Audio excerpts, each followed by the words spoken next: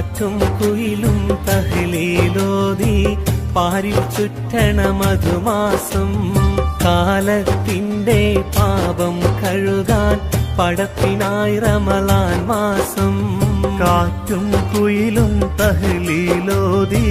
പാരിൽ ചുറ്റണ മധുമാസം കാലത്തിന്റെ പാപം കഴുകാൻ പടത്തിനായി റമളാൻ മാസം